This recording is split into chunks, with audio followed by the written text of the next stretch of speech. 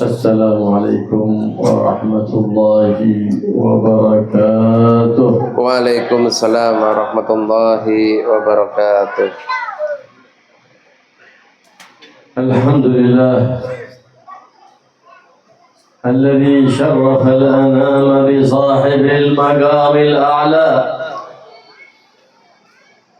وشرف الوجود بأعظم مولود برز لهذا الوجود مولانا محمد الحامد المحمود صلى الله عليه وعلى آله وصحبه وسلم. وكما اجتمعنا وإياكم على محبته وعلى استماع شمائله نسأله أن يجمعنا وإياكم على حوضه المورود الذي من شرب منه شربة لا يطمع بعدها أبدا، ويبارك في صاحب هذا الدار ومن في هذه الدار ومن سكن في هذه الدار، أن الله يجعله من الصالحين الأخيار ويبارك فيه ويجعله في ترق دائم متصل بالنبي محمد المختار صلى الله عليه وآله وصحبه وسلم. Segala puji bagi Allah Subhanahu wa taala yang telah memuliakan umat manusia dengan baginda Nabi Muhammad sallallahu alaihi wasallam, memberikan kemuliaan kepada seluruh alam ini dengan kelahiran sebaik-baiknya makhluk baginda Nabi Muhammad sallallahu alaihi wasallam. Dan kita semua di saat ini dalam keadaan memuji beliau, membaca sirah perjalanan beliau.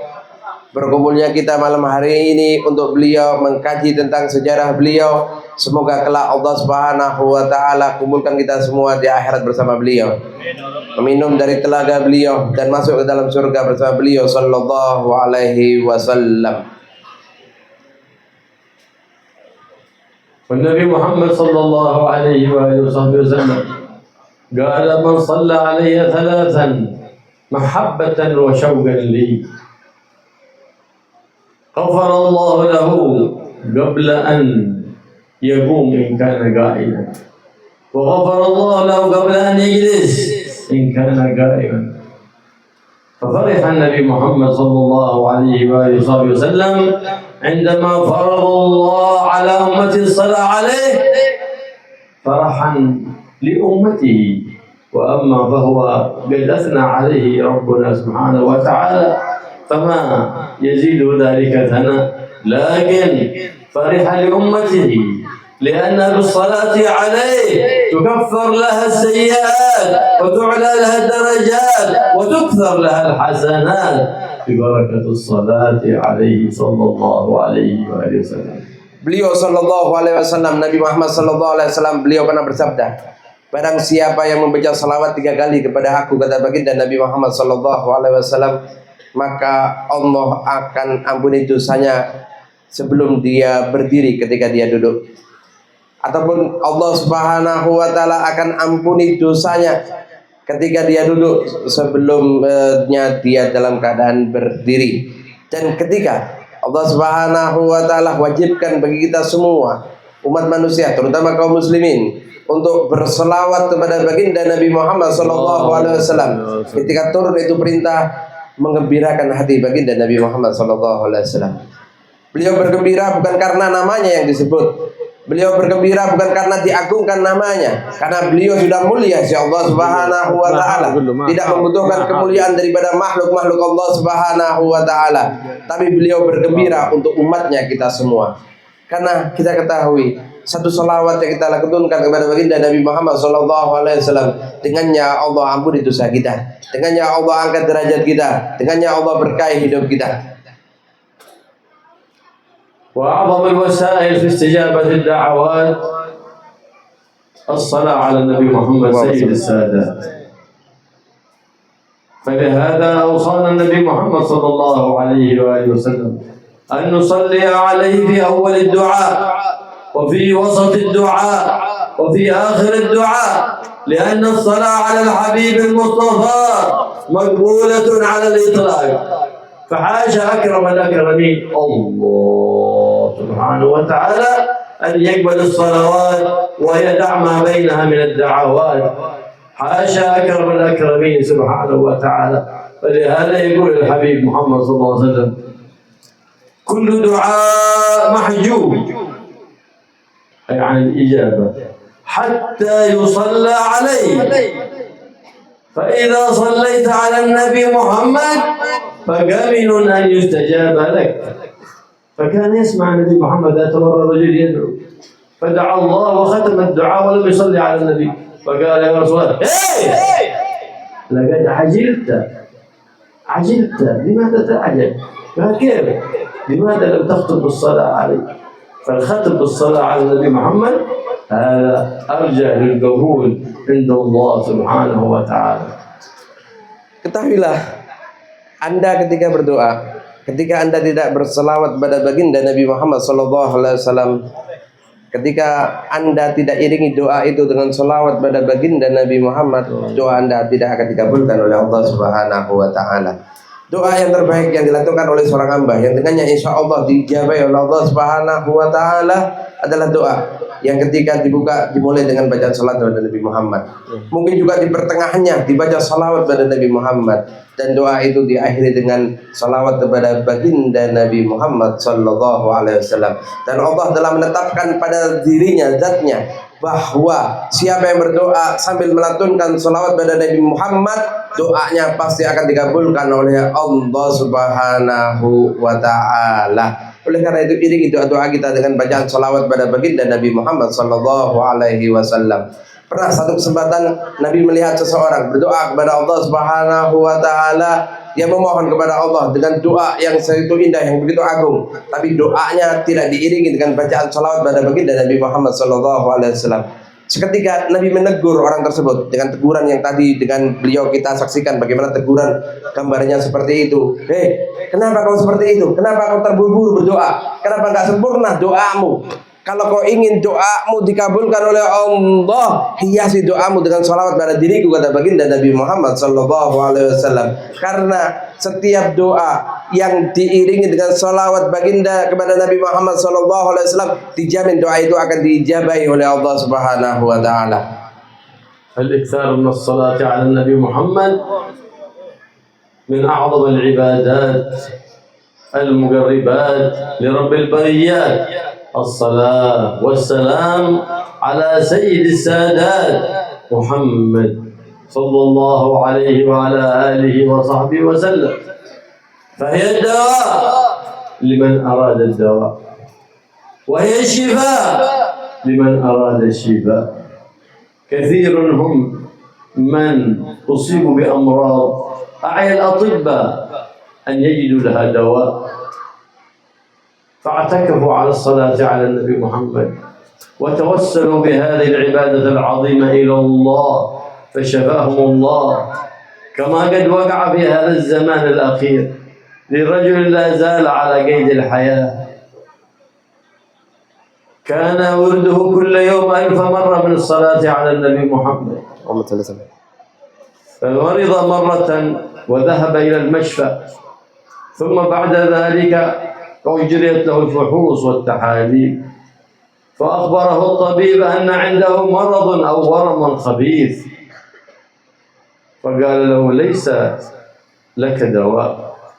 فرجع إلى بيته مهموما مغموما، وفي الليل قرأ ورده من الصلاة على النبي محمد صلى الله عليه وآله وسلم 1000 مرة، وقبل أن ينام قال: اللهم أرني فضل الصلاة على حبيبك محمد صلى الله عليه وآله وصحبه وسلم. فنام ليلته، فلما كان في وقت السحر رأى الحبيب محمد صلى الله عليه وسلم يقول: ما بك مهموم؟ ما بك محزون؟ فقال: يا رسول الله، أصابني هذا الداء فأهمني. فمسح عليه النبي محمد صلى الله عليه وسلم فبرئ من علته في الحال. فبعد أن ذهب مرة أخرى إلى الطبيب ليراجع الحال ويستشفي ويتأكد، فعملت له الفحوصات والتحاليل فلم يوجد ذلك الورم. فقال له الطبيب: من داواك من هذا الداء؟ قال: داواني طبيب الأطباء محمد sallallahu alaihi wasallam. Sallu ala nabi. Allahumma salli wa sallim alaihi wa طب القلوب ودوائها وعافية الأبدان وشفائها ونور الأبصار وضيائها وروح الأرواح وسر بقائها وعلى آله وصحبه وسلم. من أتى بهذه الصيغة من الصلاة على النبي محمد 100 مرة على أي مريض مع صدق وإخلاص ومحبة وشوق وتعظيم للنبي محمد، عندما تصلي على محمد مستحضرا لعظمة النبي محمد عند رب النبي محمد، فإنه يحصل الشفاء في الحال. إذا صليت بتلك العدد 100 مرة على أي علة كانت، على نفسك أو على غيرك، يحصل الشفاء بإذن الله ببركة الحبيب المصطفى محمد صلى الله عليه وآله وسلم. Ajazna ya. إن صح الإجازة أجزنا. Qabilna al-ijazah. Katakan dulu. Qabilna al-ijazah. Tuh. Beliau mengatakan tadi di permulaan dari apa yang beliau sampaikan bahwa bersolawat kepada Nabi Muhammad, memperbanyak solawat kepada baginda Nabi Muhammad Sallallahu Alaihi Wasallam adalah paling utamanya ibadah kepada Allah Subhanahu Wa Taala. Ibadah yang mendapatkan garansi pasti diterima oleh Allah dan diberikan pahalanya kepada kita semua. Solawat ini adalah obat bagi yang membutuhkannya, penyembuh bagi yang terkena penyakit. Dengan memperbanyak salawat, insya Allah segala urusannya akan dilancarkan oleh Allah. Yang sakit akan diberi kesembuhan oleh Allah. Yang punya masalah dibukakan pintu pembuka masalahnya oleh Allah Subhanahu Wa Taala. Semua berkat menyebut baginda Nabi Muhammad Sallallahu Alaihi Wasallam. Beliau menceritakan keadaan nyata yang terjadi beberapa tahun yang lalu. Beliau menceritakan seperti itu. Di suatu tempat, di suatu daerah, ada seseorang kena sakit, penyakit, dan ada pembekakan pada anggota tubuhnya. Pergilah dia ke dokter. Ketika di rumah sakit dilaksanakan tes lab, mungkin juga MRI dan segala macamnya dites. Hasil daripada tes itu dokter mengatakan engkau sedang mengalami penyakit yang berbahaya. Dan penyakit ini masih belum ada obatnya. Mohon maaf kami tidak bisa mengobati. Kebetulan orang ini di antara wiridnya setiap malam membaca 1000 sholawat pada baginda Nabi Muhammad Sallallahu Alaihi Wasallam. Ketika dokter mengatakan seperti itu, hatinya tidak gundah karena dia punya sholawat di dalam hatinya tersebut. Dia pulang ke rumahnya di malam harinya tetap dia baca wiridnya, azkarnya 1000 kali sholawat pada Nabi Muhammad sebelum tidur. Dia baca itu salawat tanpa henti, dengan penuh khusyuk, dengan penuh keagungan kepada Allah, dengan penuh kecintaan kepada baginda Nabi Muhammad Sallallahu Alaihi Wasallam. Setelah 1000 salawat dia baca, dia tutup dengan doa, ya Allah, aku memohon kepadamu dengan berkat Nabi Muhammad, tunjukkan fadilah keutamaan salawat yang aku baca kepada diriku. Setelah itu dia tertidur. Dalam tidurnya Allah izinkan dia untuk bermimpi dengan baginda Nabi Muhammad Sallallahu Alaihi Wasallam. Dalam mimpinya Nabi berkata kepada orang tersebut, kenapa engkau susah? Apa yang membuat engkau sedih? Orang tersebut menjawab pada Nabi dalam mimpinya, wahai Rasulullah, aku terkena kata dokter setelah ada diadakan lab dan diadakan pemeriksaan secara mendetail pada tubuhku ada penyakit yang berbahaya dan kata dokter nggak ada obatnya. Jangan bersedih kata Rasulullah. Mana yang sakit? Di tempat mana? Ditunjukkan, diusap oleh tangan Nabi Muhammad SAW dan dalam mimpinya tersebut dia mengalami kesembuhan. Ketika dia bangun, tanda-tanda penyakit yang ada tubuhnya hilang seketika di waktu itu. Akhirnya untuk meyakinkan yang terjadi, dia kembali ke rumah sakit setelah beberapa hari. Setelah itu sama dokter dilakukan tes lagi dengan tes yang sama, dilakukan beberapa tes tahapan-tahapan di situ. Kemudian dokter bertanya, engkau berobat kemana Pak? Kenapa yang sebelumnya beberapa hari lalu engkau masih sakit, tapi kenapa tiba-tiba penyakit ini tidak ada pada tubuh Anda? Pergi kemana Anda? Berobat kemana? Ini obat penyakit belum ada obatnya. Kata orang tersebut, aku kembali kepada sumber daripada segala obat, yaitu baginda Nabi Muhammad SAW. Aku kembali kepada dokternya para dokter, yaitu baginda Nabi Muhammad SAW. Berkat sholawat disembuhkan penyakitnya. Tadi beliau mengijazahkan kepada kita. Tadi kita katakan qabilna al-ijazah. Kalau ada di antara kita terkena penyakit sakit, apapun bentuk sakitnya, apapun bentuk penyakitnya, yang berbahaya ataupun yang biasa, kalau Anda membaca sholawat tibbiyah yang beliau tadi baca, Allahumma sholli ala tibbil qulub wa dawaiha sampai akhir, Anda baca dengan satu kali kesempatan 100 kali, tapi dengan khusyuk, dengan ta'dim, dengan penuh kekaguan kepada Rasulullah Sallallahu Alaihi Wasallam, insya Allah berkat salawat tibiah tadi Allah berikan kesembuhan seketika. Allah cepatkan diri kita sembuh, insya Allah Allah sehatkan kita semua, insya Allah.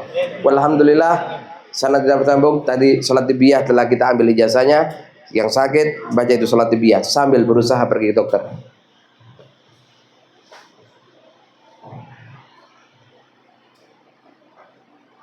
الصلاة على النبي محمد صلى الله عليه وسلم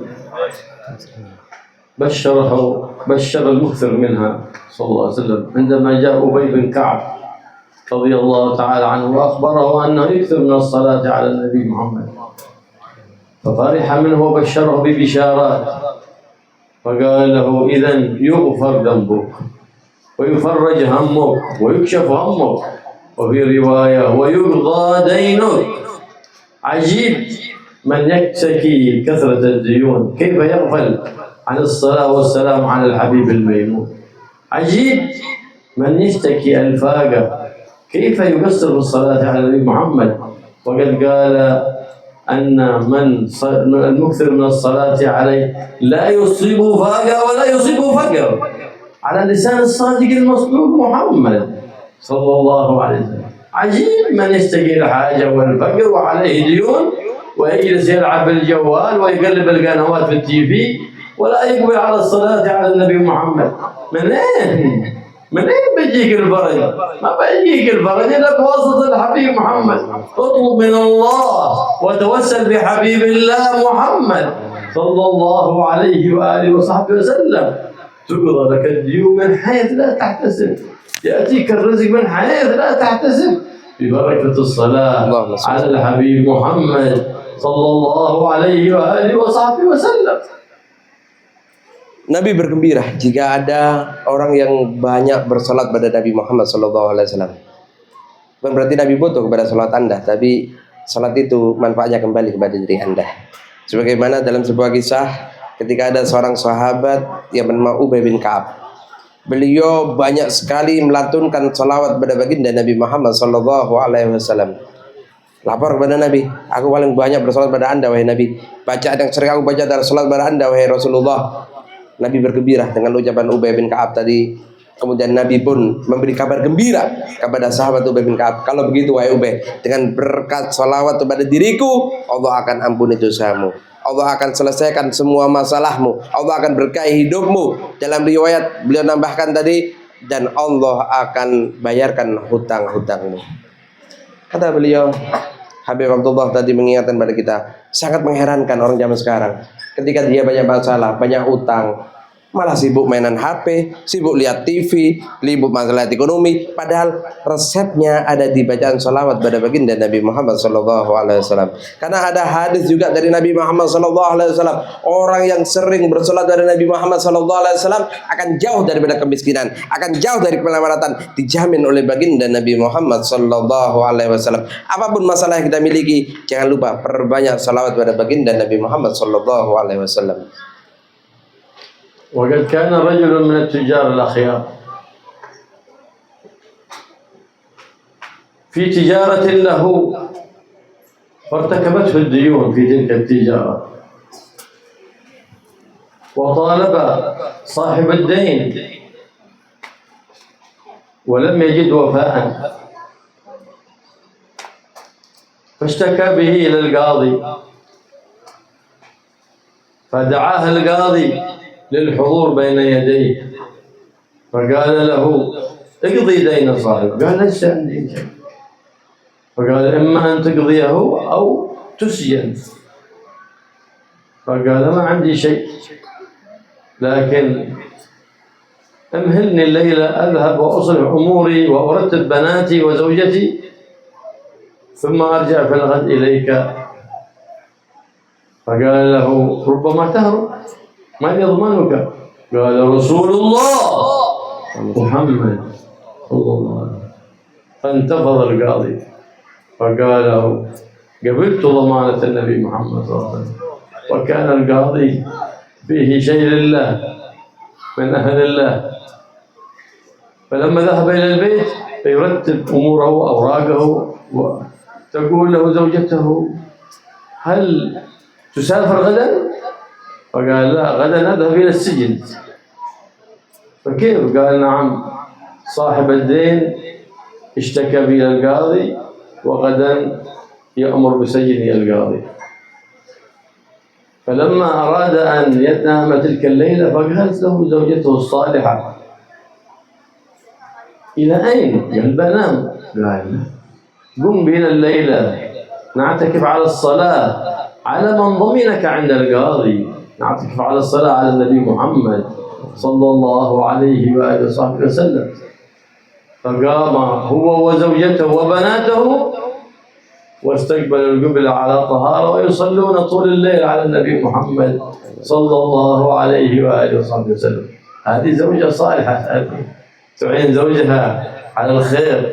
هذه زوجة صالحة التي إذا جاء زوجها مهموم تفرج همه، تكشف غمه. ما هو تزيد الهم وإذا هو مهموم. لا، ما ينبغي للزوجة أن تبادر زوجها بالأخبار السيئة في 4 مواضع. عندما يدخل الدار لا تقابل بالأخبار السيئة، وإذا أراد الخروج من الدار لا تقابل بالأخبار السيئة، وعند إرادة الطعام أراد الأكل لا تأتي له بالأخبار السيئة، انتهى الطعام أو مشاكل الأولاد أو غير ذلك. وعند المنام إذا أراد النوم لا تأتي له بالأخبار السيئة. في غير هذه الأوقات لا بأس أن تدخله في مشاكل الدار حتى يتشاورون في حل مشاكل الدار. هذه هي الزوجة الصالحة التي تعين زوجها. وإلا فقد قال النبي محمد صلى الله عليه وسلم: آخر الزمان يكون هلاك الرجل على يد أهل بيته يعيرونه بضيق المعيشة، ويدخلونه مداخل السوء بسبب أنهم أهل بيته يعيرونه بضيق المعيشة، فيدخل مداخل الحرام ويكسب الكسب الحرام بسبب من؟ بسبب تعيير أهل بيته.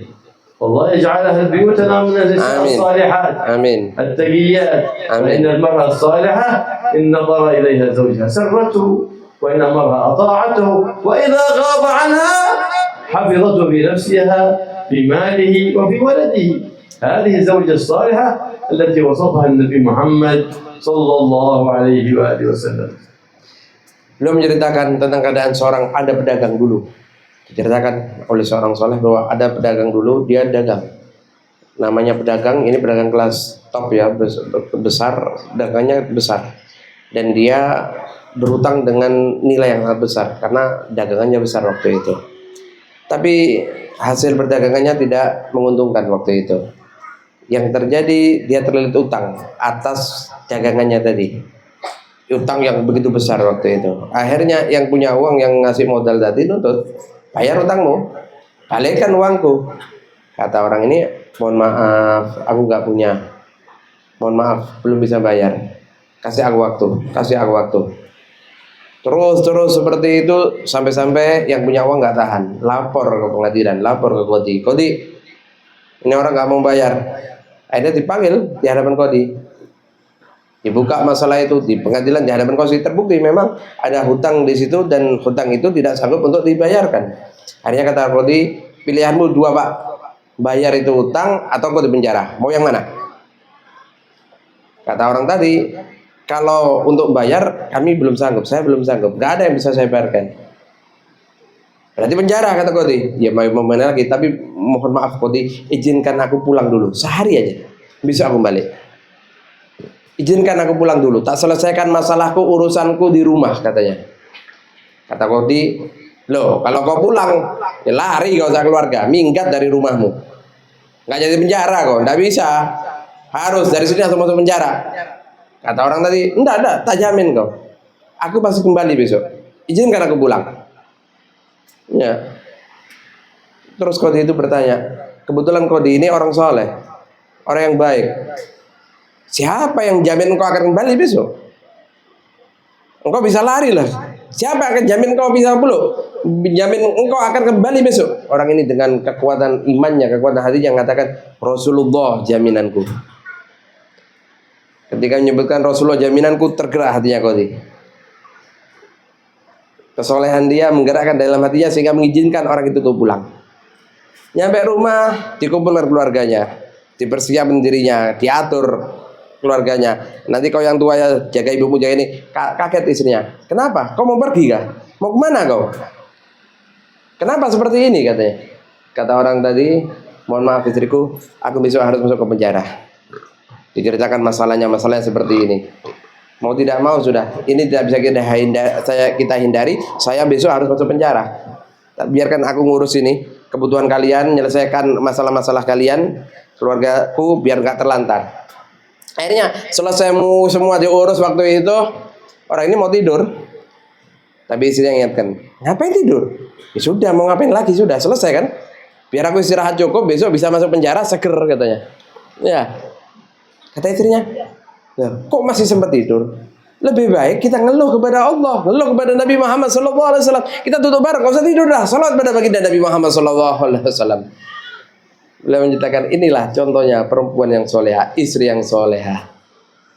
Yang kalau suaminya ada masalah, membantu menyelesaikan masalahnya.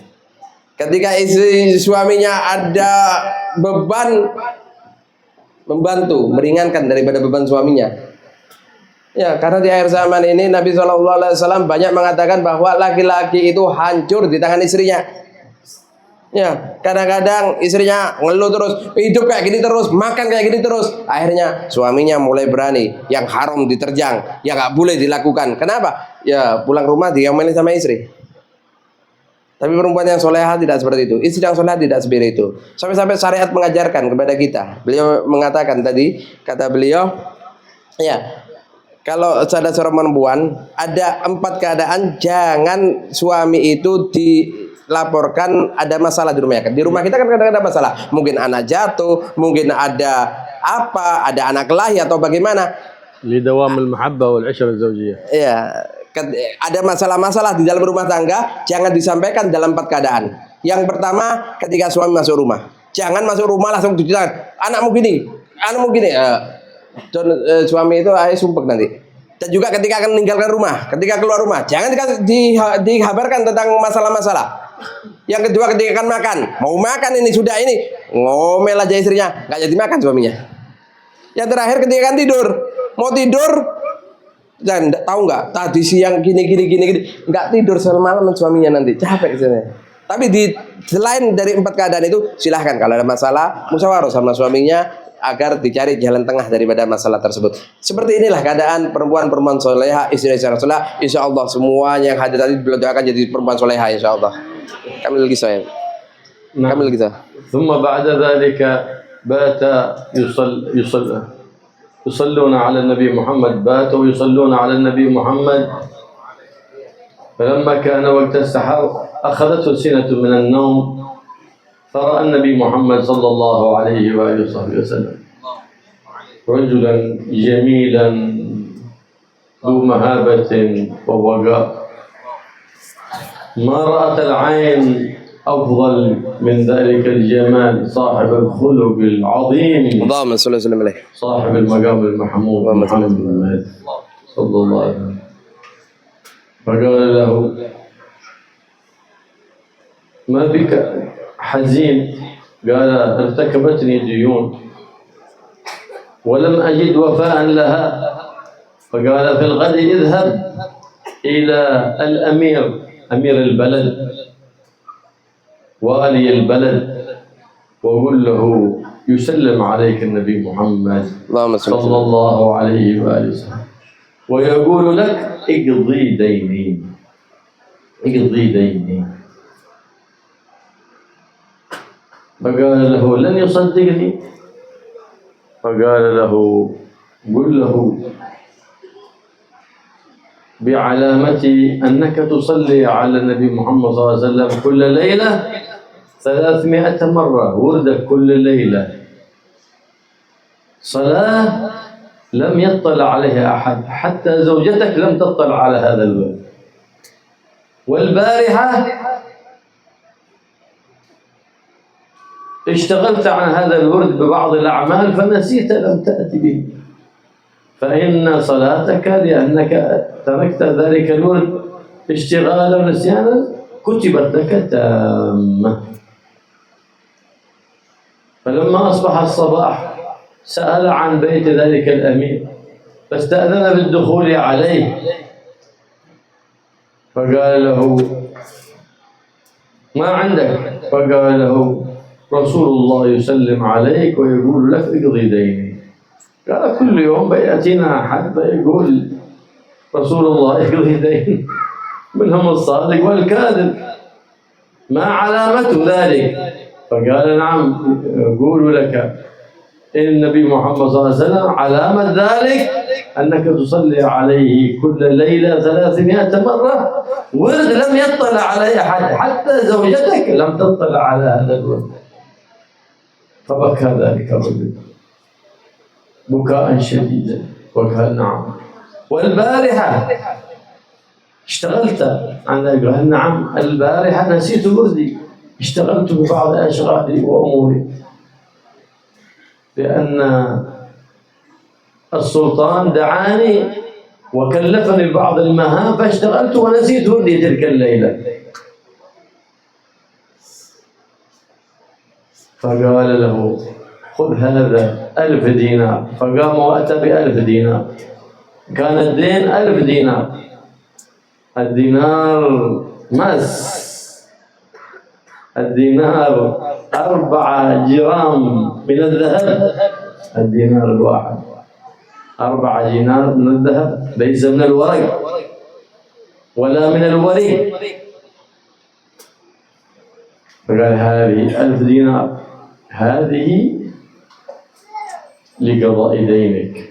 ثم قام وجاء ب1000 دينار أخرى، هذه لك لأنك جئتني بسلام من النبي محمد صلى الله عليه وسلم، بشرتني رسول الله يذكرني ويسلم علي صلى الله عليه وسلم. ثم قام وجاب 1000 دينار أخرى وقال لي هذه لك هدية لأنك جئتني ببشارة من النبي محمد وأن صلاتي مقبولة عند النبي محمد صلى الله عليه وآله وسلم. خرج محمد ب3000 دينار من عند ذلك الرجل. أول ذهب إلى القاضي فيقضي دينه 1000 دينار. فلما ذهب إلى القاضي أراد أن يسدد المال، قال انتظر حتى يأتي صاحبه. فجاء صاحب الدين فقال له لقد حضرت لك المال لقضاء الدين. فقال له لا أريد منك مالا لقضاء الدين. عجيب، أنت تريد أن تسجنني لأجل الدين واليوم لا تريد أن تقبل مني؟ فقال له البارحة رأيت النبي محمد اللهم صل وسلم صلى الله عليه وسلم ويقول لي إن سامحت صاحبك من الدين سامحناك، فكيف أنا أريد رسول الله يسامحك؟ فأنا سامحتك من الدين. فذهب ورجع بالمال الكثير الذي معه وبدأ تجارته، وآل على نفسه أنه لا يمنع محروما ولا فقيرا ولا مسكينا ولا يتيما إلا ويقضي حاجته، واستمر على ذلك فعادت تجارته أحسن مما كانت، وبارك الله له بذلك المال حتى صار من أكبر تجار البلد ببركة الصلاة والسلام على الحبيب محمد صاحب الفخر المؤبد صلى الله عليه وآله وسلم. اللهم صل وسلم صلوا على النبي. اللهم صل وسلم عليه وعلى آله. صلوا على النبي محمد. اللهم صل وسلم عليه وعلى آله. صلي على النبي محمد. Allahumma sholli wa sallim alaihi wa ala alihi. Kembali kepada kisah pedagang tadi. Pedagang yang terlilit hutang dengan hutang yang begitu besar waktu itu. Karena atas ajakan istrinya, akhirnya pedagang tadi nggak jadi tidur. Dia manfaatkan malam itu beserta istrinya, anak-anaknya dibangunkan baca salawat pada baginda Nabi Muhammad sallallahu alaihi wasallam. Wah, nggak berhenti, udah solawat sampai menjelang fajar. Sudah mereka nggak kuat, mereka ngantuk, baru mereka tidur, ambil bantal tertidur. Dalam tidurnya tadi orang laki-laki itu bermimpi melihat wajah yang begitu indah, tubuh yang begitu indah bercahaya, dan tahu dalam mimpinya ini adalah baginda Nabi Muhammad sallallahu alaihi wasallam. Nabi pun menyapa orang tadi. Kenapa engkau? Kenapa bersedih? Apa masalahmu? Orang itu berkata, ya Rasulullah, aku terlilit hutang begitu banyak ya Rasulullah. Kalau tidak aku bayar, maka aku dipenjara besok. Kata Nabi Muhammad SAW, udah gampang, tak selesaikan urusanmu. Besok pagi datang ke penguasa Amir, penguasa yang ada di daerah ini. Kalau mungkin sekarang ini katanya gubernur gitu ya. Gubernur di daerah ini, pergi ke daerah ini, namanya Fulan bin Fulan. Setelah ketemu dengan dia, ngomong sama Amir tadi, wahai Amir, tolong engkau bayarkan utangku. Wahai Amir, Nabi kirim salam kepada Anda dan Nabi menyampaikan bahwa memerintahkan Anda untuk membayar utang saya. Kata orang tadi dalam mimpinya, ya nggak percaya Nabi kalau ngomong kayak gitu. Mana mungkin percaya? Semua bisa ngomong seperti itu. Kata Rasulullah, sampaikan kepada Amir tadi, bahwa Amir tadi setiap malam di antara wiridnya membaca salawat padaku 300 kali. Ini ibadah tidak ada yang tahu. Istrinya Amir pun tidak tahu. Dia masuk kamar sendiri, mungkin dianggap lagi ada urusan kerja begitu, dia baca salawat 300 kali kepada baginda Nabi Muhammad SAW. Sampaikan kepada Amir tadi bahwa salawatnya aku terima. Kemudian kalau Amir itu masih belum percaya, sampaikan lagi. Kemarin malam karena kesibukannya Amir tadi lupa bersalawat kepada baginda Nabi Muhammad SAW. Wiridnya nggak dibaca. Sampaikan kepada Amir tadi, yang dia lupakan tadi tetap dinilai pahalanya oleh Allah, dicatat dia bersalat padaku selama 300 kali. Akhirnya begitu bangun dia pagi, dia mulai mencari nama yang disebut oleh Nabi tadi, Amir tadi, pergi ke rumah itu Amir. Ketika datang ke hadapan itu Amir bertanya, ada apa Pak? Ada butuh apa Pak? Orang ini berkata kepada Amir tersebut, wahai Amir, ada salam dari Nabi Muhammad. Nabi Muhammad memerintahkan Anda untuk bayar utang saya. Ya nggak mungkin percaya Amirnya. Kalau ngomong kayak gini siapa saja bisa aja ngomong kayak gitu. Ada masalah ngomong seperti itu. Apa buktinya kalau memang Nabi mengucapkan salam kepada saya dan memerintahkan saya untuk bayar utang Anda? Kata orang tadi Nabi cerita kepada saya bahwa di antara wirid Anda adalah baca salawat pada Nabi Muhammad 300 kali. Kaget Amir kita. Ajib. Ini wirid nggak ada yang tahu. Pegawaiku nggak ada yang tahu. Stafku nggak ada yang tahu. Istriku pun nggak tahu. Ini bisa tahu ini orang. Mulai percaya dia. Terus apa lagi? Kata Rasulullah, kemarin malam Anda lupa baca ayat wirid itu. Tapi Nabi mengatakan tetap dapat pahalanya Anda. Dan semua bacaan wirid tadi diterima oleh baginda Nabi Muhammad SAW. Gembira hati Amir itu. Yakin sudah dengan ucapan orang itu. Berapa hutangmu Pak? Berapa hutangmu Pak? Utang saya 1000 dinar wahai Amir. Akhirnya seketika dibayar. Ini utangmu, bayarkan utangmu 1000 dinar. Anda tahu uang 1000 dinar itu berapa? 1 dinar itu 4 gram emas, bukan perak, bukan uang kertas. 1 dinar itu 4 gram emas. 1000 dinar kalikan sendiri dah berapa itu nilainya. Dikasih langsung, bayar utangmu 1000 dinar Pak. Kemudian tambahin lagi 1000 dinar oleh Amir. Ini tak tambahin 1000. Loh untuk apa Amir? Ini karena kabar gembira yang ada bawah dari Nabi Muhammad SAW. Tambahin lagi 1000 dinar yang ketiga. Untuk apa ini Amir? Ini karena salawatku diterima oleh baginda Nabi Muhammad dan namaku disebut oleh baginda Nabi Muhammad SAW. Akhirnya setelah dapat uang 3000 dinar, bisa bayar utang dia. Langsung pergi dia ke pengadilan. Lapor pada hakim. Hakim, saya nggak perlu sudah masuk penjara. Sudah ada uang untuk bayar utang. 3000 dinar dia pegang. Dia hanya perlu membayar 1000 dinar. Kata hakim, tunggu dulu. Kita panggil yang lapor kemarin. Biar selesai di sini sudah. Dipanggil itu orang. Ketika ada di depan hakim, seketika orang itu katakan, "Enggak hakim, aku nggak mau nerima, tak bebaskan dia dari hutangnya." Kaget hakim. Kemarin kau nuntut, kemarin ngotot-ngotot ingin membicarakan dia. Kenapa sekarang engkau membebaskannya? Kata orang tadi yang punya uang tadi malam aku mimpi bertemu baginda Nabi Muhammad SAW. Nabi mengatakan kepada aku, kalau aku bebaskan dari hutangnya, maka aku akan memintakan ampunan untukmu dari Allah Subhanahu Wa Taala. Siapa yang mau didoakan dan diampuni oleh Allah Subhanahu Wa Taala, didoakan oleh Nabi Muhammad. Tak bebaskan dia dari hutangnya Amir. Pulang bawa uang 3000 dinar. Yang awalnya sudah bangkrut, jadi orang pailit menjadi orang kaya-kaya.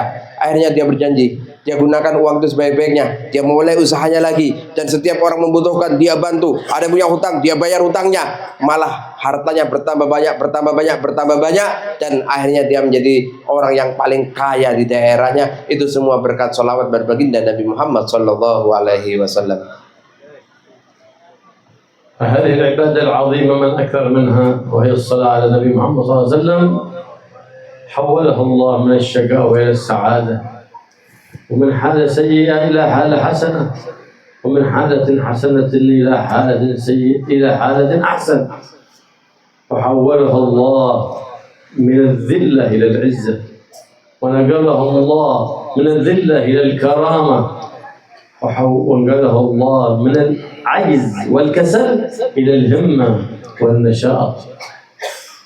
بركة الصلاة على النبي محمد صلى الله عليه وسلم يحفظ الله لك في صلاحك وصلاح أولادك وأحفادك وأصباطك من بعدك، ويبقى ذكرك حسن في حياتك، ويبقى ذكرك حسن بعد مماتك ببركة جد الحسن الذي أوصانا بالتخلق بالخلق الحسن، فقال لا شيء أحسن من الخلق الحسن، فقال إن أحسن الحسن الخلق الحسن، إنك لن تسع الناس بمالك ولا بغير ذلك، إنكم لن تسعوا الناس بأموالكم ولكن تسعوهم بأخلاقكم. الله يحسن أخلاقنا ويوسع أرزاقنا ويجعل أعمالنا كلها مخلصة لوجه الله الكريم سبحانه وتعالى، ولا يخلص هذا الشهر إلا وقد أكرمنا الله سبحانه وتعالى برؤية النبي محمد صلى الله عليه وسلم في عافية وسلام. Ibadah yang mulia ini, ibadah yang agung ini, yaitu salawat pada baginda Nabi Muhammad sallallahu alaihi wasallam, menjadikan orang yang celaka jadi selamat, beruntung, menjadikan orang yang dalam keadaan tidak baik menjadi baik, menjadikan orang yang malas jadi semangat beribadah kepada Allah Subhanahu wa taala, menjadikan orang yang punya banyak masalah akan diselesaikan masalahnya oleh Allah Subhanahu wa taala. Dan di antara berkah salat pada Nabi Muhammad sallallahu alaihi wasallam, salawat yang dilanturkan oleh seorang hamba akan menjadikan hamba itu memiliki akhlak dan peringai yang baik. Karena yang dia sebut salawat dalam salawatnya adalah sebaik-baiknya, paling baiknya makhluknya Allah Subhanahu wa taala. Tidak ada yang lebih baik daripada akhlak yang baik. Dan akhlak yang baik itu muncul kalau kita senantiasa mengingat Nabi Muhammad, bersalat pada baginda Nabi Muhammad sallallahu alaihi wasallam. Ya, kita berbuat baik kepada orang itu bisa dengan harta kita, bisa dengan jabatan kita, tapi yang paling memenuhi kebaikan, segala kebaikan untuk manusia adalah ketika kita berbuat baik dengan akhlak kita. Kesempurnaan kebaikan akan sampai kepada saudara kita ketika diiringi dengan akhlak yang baik, dengan perilaku yang baik. Semoga Allah Subhanahu wa taala karunia kepada kita akhlak yang baik dalam sehat walafiat. Dan semoga di ujung bulan Rabiul Awal ini Allah izinkan kita semua untuk bisa memandang wajah Nabi Muhammad walaupun dalam mimpi kita, insyaallah.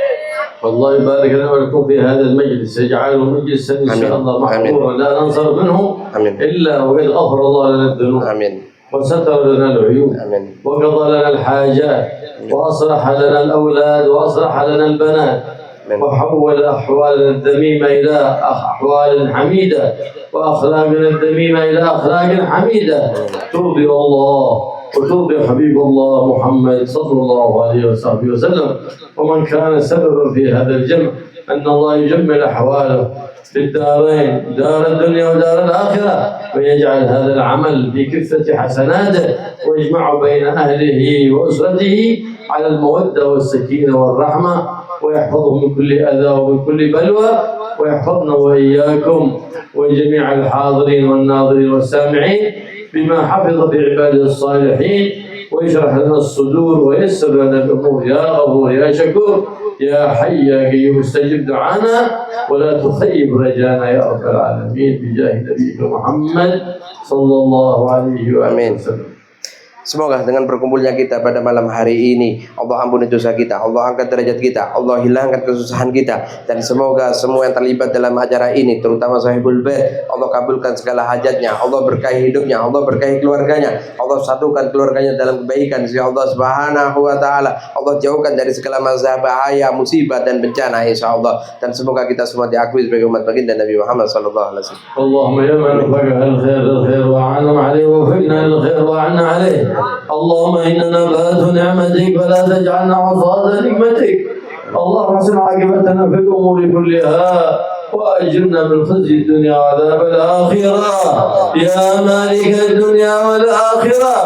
اللهم اغفر لنا الذنوب واستر لنا العيوب وابعد عنا كل مرهوب وكل مشغوب واعطنا كل محبوب بجاه حبيبك محمد الحبيب المحبوب صلى الله عليه وعلى آله وأصل الأعمال بطاعتك ورضاك واتباع حبيبك محمد صلى الله عليه وسلم. آمين. واختم الصالحات أعمالنا وآجالنا وأنت راض عنا. آمين. واجعل آخر كلامنا بعد انقضاء آجالنا بعد طول العمر في خير ولطف وعافية. قولا لا إله إلا الله. لا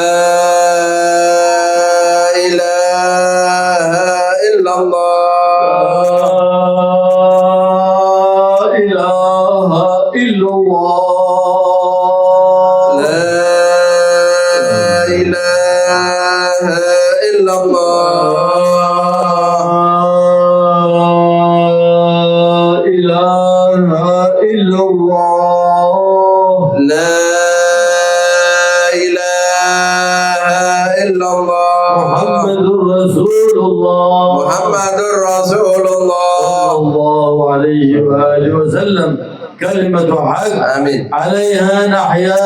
آمين. وعليها نموت. آمين. وعليها نبعث إن شاء الله تعالى من الآمنين. آمين. من غير ابتلاء ولا امتحان. آمين. بمحض الجود والامتنان. آمين. بجاه حبيبنا محمد صفوة الأكوان. اللهم اغفر بها ذنوبنا. آمين. واستر بها عيوبنا. آمين. واصلح بها قلوبنا وقوائمنا. وصل بها نياتنا. وصل بها أعمالنا. وصل بها أحوالنا.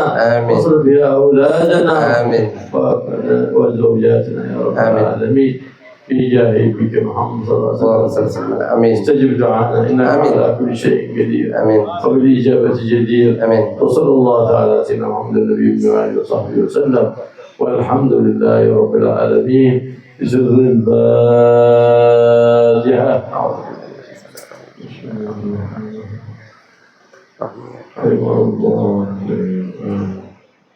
بسم الله. يا ربنا لك والصفاء بمحمد